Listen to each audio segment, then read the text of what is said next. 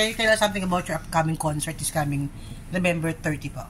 Ano ang? Upcoming concert, ano po yung detalye dito at anong feeling to have a upcoming concert? Excited, anxious, nervous. Pero more excited. Blessed, More excited. More excited. Oo, kasi first time namin makakatrabaho si Janine. Oo. Okay. Saka, di ba yung mga ano natin, back to back natin, parating ano natin? Contemporary. Contemporary. So, parang first time na makakasama namin yung Bagets. yung parang mga anak na natin. Jenny, anong feeling mo to working with Side A band? Super happy po talaga. Grateful. Actually, hanggang ngayon pina-process ko po, honestly. I have no word to it. Pero, I'm just excited. Sir, ano yung mga dapat abangan ng tao dito? Well, syempre, di ba, yun nga, we come from different generations. Yes. So, ako din actually, hindi ko alam kung ano mangyayari. Honestly, kami hindi din namin alam what to expect. Excited kami for yung regular na nakikinig kay Janine and yung sa mga regular din na nakikinig sa amin. Excited kami para sa kanila lahat. Kasi parang lahat kami yung piling ko makakagulatan sa gabi nila kung anong mangyayari. Yung parang, ako naman, yung iniisip ko yung magiging reaction ng tao. Kasi nga, di ba, 2 different ears. Yes. Sanay sila sa sound ni Janine, no? And then yung iba naman, sanay sa sound sa sound ni Janine, sanay sa sound namin. How to find that sweet spot between those two. Pero ako, something big. I'm looking forward actually. May sunod si Livo na kanta. Well, it's been recorded by many several artists. Pero inareglo ni Livo, sabi nga kay Livo, this could probably the best version na narinig ko na sa isip ko how lalabas. And now with Janine singing it together with Livo, I think that song's gonna be a blast. So, gusto ko yun. Looking forward. Tila. What can you say about that? Yeah. Oh my gosh. Actually, kabado po talaga ako. Pero, hopefully, with the... Yung mga ganyan, yung mga kabado, yan yung mga walang sablay. Hindi ko grabe. Just to sing, to be able to sing their songs po kasi, like, it's a classic. So, honestly, kabado ako na, my take on it. So I really need to practice a lot, and I don't want to change whatever the classic song is, pero I'm just excited din po kung anong magiging outcome. You watch before yung mga performances nila, no? I first watched it po sa 19 East with 19 Ate Pauline. Yeah. Okay. And yun po, that was before pandemic po. So, solid po yun. Tapos laging sold out. I know na lagi po sold out doon sa venue na yun. Sir, natanong na kasi kanina, sorry late ako kasi may pinanggalingan po ako. Late din ako we all know na nanggaling po si Sir Joey before sa Side A and he's your lead vocalist. Sama po ba ako? Before. Yeah. Sir, ngayon kasi nagsosolo na siya yun. Is it, naging maayos po ba yung paghihiwalay naman, sir? When he said na gusto niyang mag-solo? To be honest, medyo hindi naging maayos, no? Kasi there were some issues na hindi namin napag-usapan. Nagkasakitan kami, in a way, siguro, without us knowing it. Okay. Yung hindi kami aware na nagkakasakitan na kami. And then, siyempre, apologies should be there. Merong tama, merong mali. Which hindi natin kailangan i-define kung sino tama, kung sino mali. But anyways, ang punto lang naman doon, hindi na kasi workable yung yung magsama pa eh. Okay. Hindi na siya healthy. Bakit mo pa pipilitin na parang paano na hindi na kayo hindi na tutugma, nagtatagpo. Pero hindi lang naman sa besides sa music na hindi na makita, din, may mga ibang issues din na hindi na personal. Pero sir, nagpaalam siya sa inyo. Sabihin, nagsabi na ba siya sa inyo na magsosolo siya or hindi? Actually, nagparamdam siya magpapaalam siya. Oh, okay. Tapos, alam ko, parang, whim na hindi niya mas sinasabi ng diretso. Hindi mo sasabi ng diretso yun. Parang paramdam lang. Nung nabalitaan ko, sabi ko, yung pala may intention ko natin. Sige na. Okay, yes. Tama yan. Nakita ko na yung chance. Ito na yun. So, wala pa kaming singer noon. Wala pa si Yum sa picture. Wala pa. Total. Inano ko na lang muna. Let's stop this thing. Alis ka na. Sige, okay lang. Solo ka na lang. After nung hindi na kinakita? Nagkikita pa rin kami, pero ano lang. Batian na lang. Parang, kayo po nakikita kayo? Nung birthday ni Doc Rich sa 19 maaga akong dumating, kakakanta lang niya. So house po, kumusta naman po yung pagkikita niya? Nagyakap pa nga kami. Ang batian kasi namin nung pag nagkikita, dati pa nung magkabanda pa kami, sususut ako, psst. So nung nagkita kami after a long time, nagyakap pa niya. Konting kamustahan. Kami, nagkita rin kami nung nag-guest siya sa, kasi nag-session ako sa Tao ng Tanghalan sa Showtime. Nag-guest siya sa Showtime. Nagkita kami ron. Picture kami. Pero sir, kasi nga may issue lumalabas sa parang yung kantang Forevermore. Pakatang po ba ako? Hindi siya pinapayagang kantahin po. Tama po ba ako? Yes, ano na yun, meron nang nilabas ang ABS-CBN with Joey Benin. Yung statement may official statement. May official statement. So, basahin nyo na lang yun. Kasi siya naman talaga ang may karapatang magsalita. Totoo naman. Siya, labas kami doon. Ever since naman, hindi naman siya. Wala naman kami sinabi ko. Right.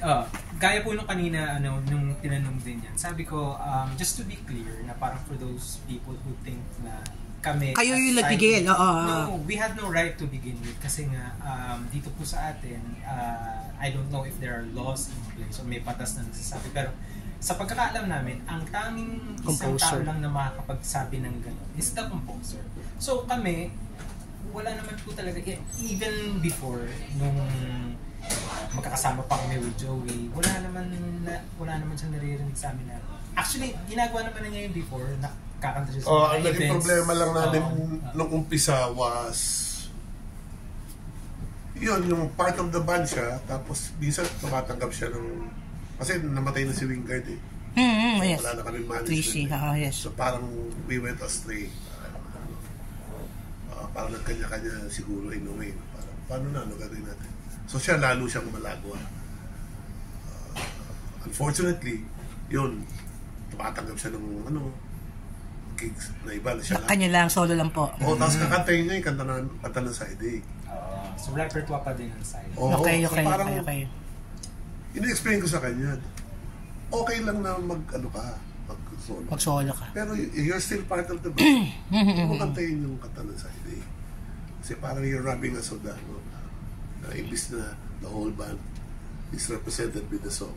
Ikaw lang ang kumakanta. Yes. Although, syempre, siya yung lead singer.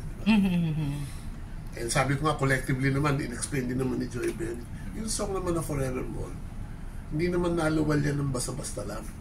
With all the efforts of the band, naluwal. Totoo yun. Totoo naman din po yun. Plus, yung pang mga ibang arrangement na ginawa ko sa kanya, ako nag-arrange nun, ako nag-ano. Sir, kasi napansin ko lang, karamihan talaga ng banda, naghihiwa-hiwalay, halos lahat po. Dami halos lahat eh. Kasi wala naman silang sinumpaan sa dambana.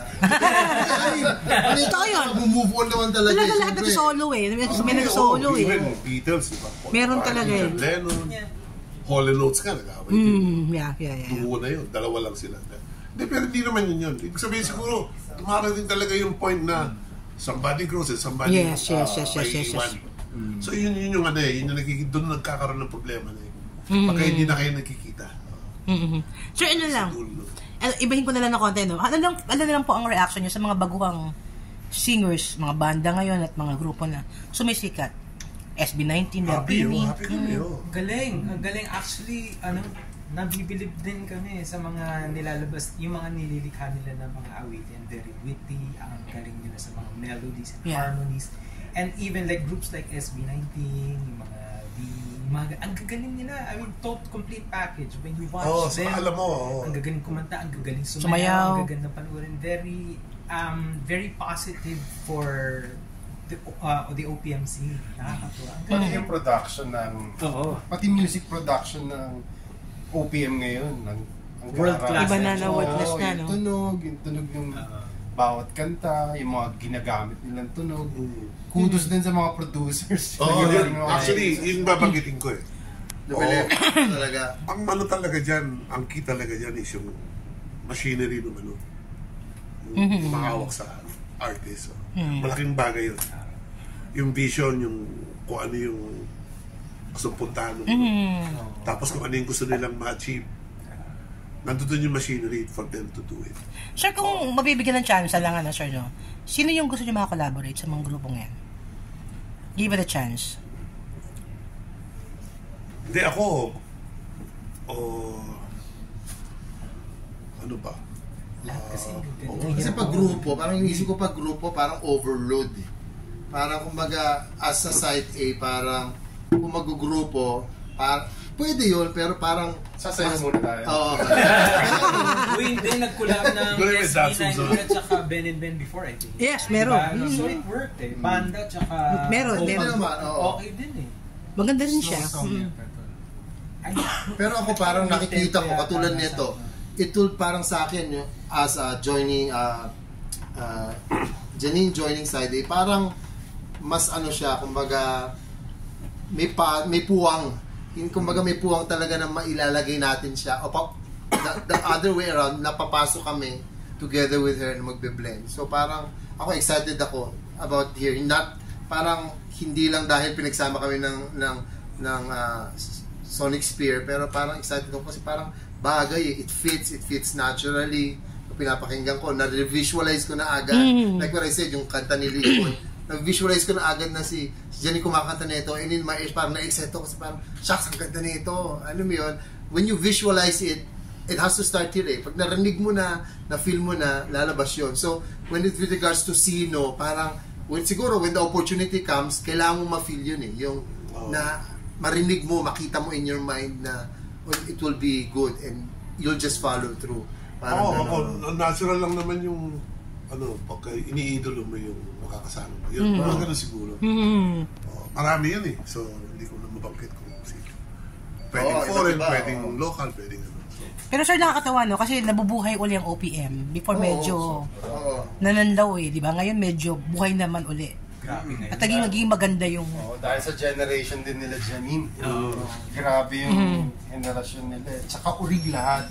Ay, that's true. Nagkaroon ng time na OPM, puro covers. Puro covers. So, yun. Ngayon, kanya-kanyang style. Pag may lumalabas, iba yung tunog. Pag may lumabas kung matindi ngayon sa radyo, OPM na maririnig mo. Dati, gusto mo nila kumuha ng law na dapat may percentage. Yes, may ganun dati. Pero ngayon, buksan mo yung radyo mo.